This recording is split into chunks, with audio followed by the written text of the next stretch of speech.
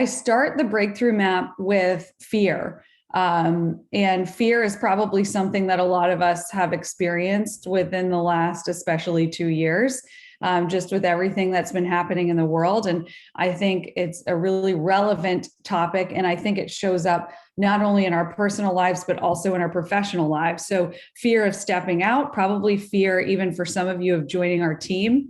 That was a risk, right? And we're thankful you took it. And so fear can really show up in every area of our life. And so this PDF is really designed to help you as a consistent tool whenever you encounter fear or notice fear creeping in. Here's another area that fear can show up. It's whenever you are doing something new or reaching new heights personally or professionally.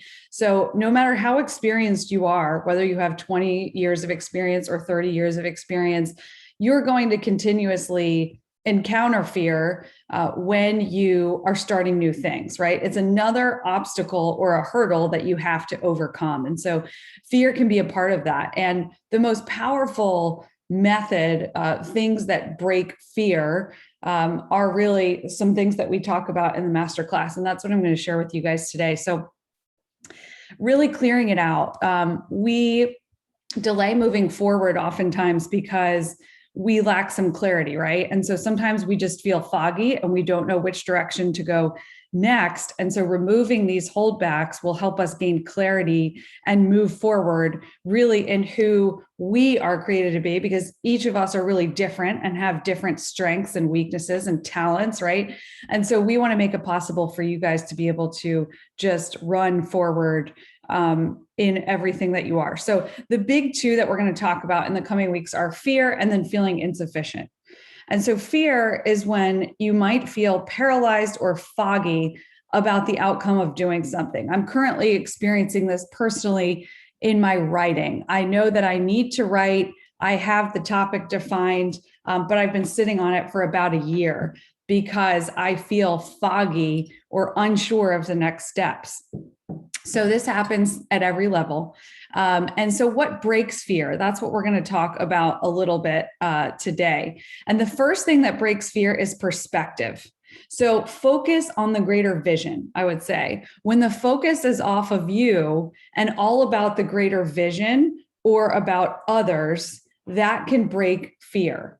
So when we zoom out and we really take the time to think about, why am I doing this? Who is this for? Or what is this for?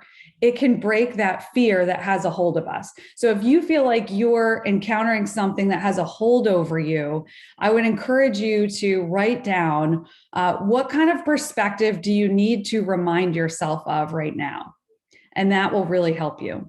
The second thing is vulnerability. And vulnerability, practicing it on the regular really makes it easier to move afraid. And moving afraid gets easier each time you do it. I'm a testament to that.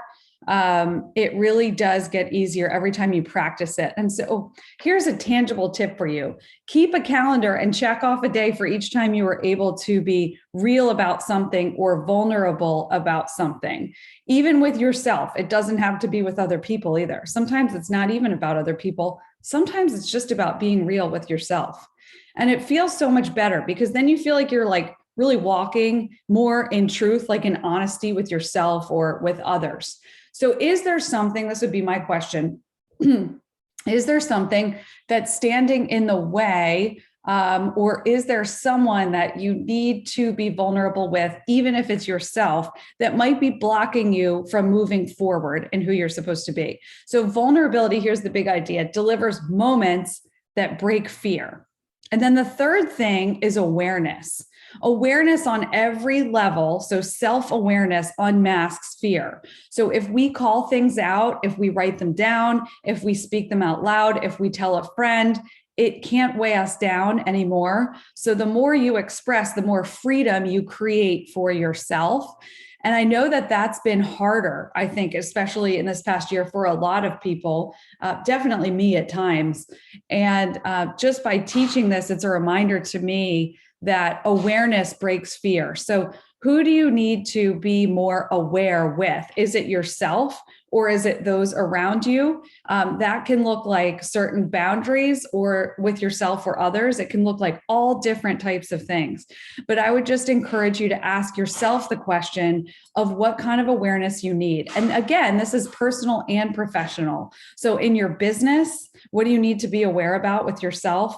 In your personal life, what do you need to be aware about with yourself? And then finally, just to wrap it up, just speak to the handout a little bit that you guys can use here. This is a great tool. It's called the 5 Whys. And this is from Ash Mariah at LeanStack. I linked to it. I linked to his website there in the handout. If you guys want to check him out, he's really cool. He's actually the creator of something called the business model one sheet. And I've really used that. I've tweaked it a little bit, but in my masterclass, I've used that because I think it's so helpful for one sheet business plans. But something he talks about is really the 5 whys. And it's like peeling the layer of an onion. So if there's something, a particular fear that you've identified, and I'm careful to even use fear because I think there's so much stigma around it. Like, well, I don't feel afraid of anything, and I would encourage you to pull back the layers of the onion, because at the core of something maybe you're resistant to doing or saying or trying or executing on, there's usually something under it.